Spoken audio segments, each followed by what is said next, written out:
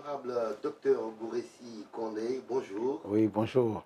Nous sommes aujourd'hui à Conakry au niveau de votre permanence au sein de l'hémicycle de la République de Guinée. Honorable, la Guinée vient de connaître le 18 octobre, un jour important, une date importante. Aujourd'hui, quel message vous avez à porter au peuple guinéen? Eh bien, c'est un message d'encouragement, un message d'espoir, un message de paix. C'est vrai que nous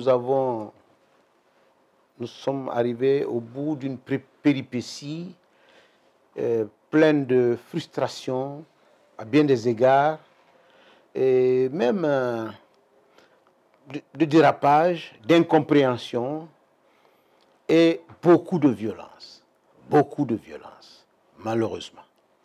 Ceci résulte premièrement d'un problème d'interprétation de nos rôles en tant qu'acteurs politiques, en tant qu'acteurs de la société civile, en tant que citoyens. Ceci résulte aussi d'un manque de volonté politique d'apaisement par rapport à l'enjeu. Mais quoi que l'on dise, la modification de la Constitution a fait l'objet de discussions, de débats et de positionnements divers.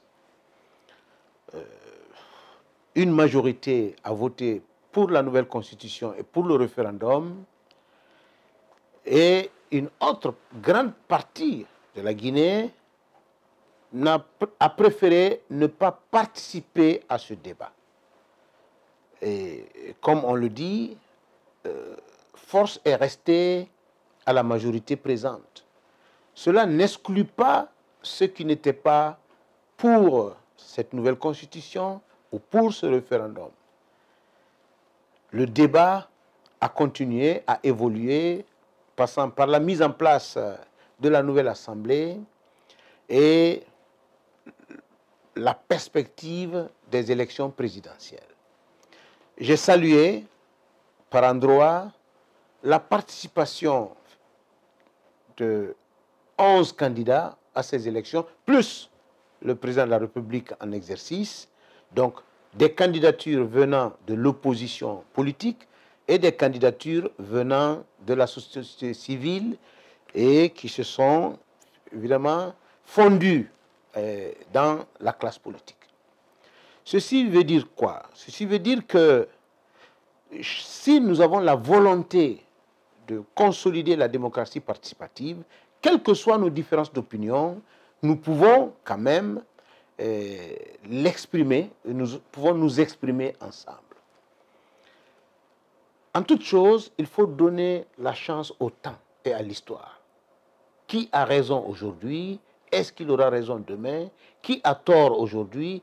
Est-ce qu'il aura raison demain? D'ici là, essayons de préserver la paix, la cohésion sociale et l'avenir de notre pays. Les élections ont eu lieu, les institutions consacrées se sont prononcées. Dans un premier temps, la Commission électorale nationale indépendante qui a proclamé les résultats provisoires. Ensuite, la Cour constitutionnelle qui va proclamer les résultats définitifs. J'en appelle à la raison et j'en appelle à la responsabilité historique. Quelles que soient nos divergences, quelles que soient nos frustrations, il ne faut pas désespérer. Il faut savoir que la Guinée nous appartient. Il faut savoir que dans un pays, tout le monde ne peut pas être d'accord sur tout et en même temps.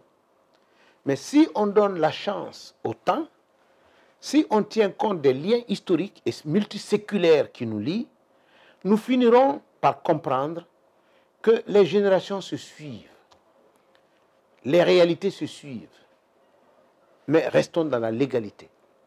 En toute responsabilité, ne considérons pas qu'il y a un mal qui ne peut pas être réparé. Tout sera réparé. Tout peut être réparé, à condition qu'il n'y ait pas d'amalgame et de confusion dans la présentation des questions.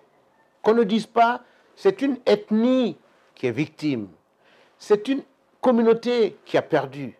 Une élection présidentielle est une élection à dimension nationale d'un candidat ou d'une candidate face à la nation.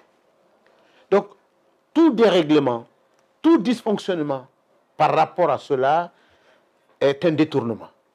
La réalité veut que nous soyons dans le cadre d'un débat contradictoire et non violent.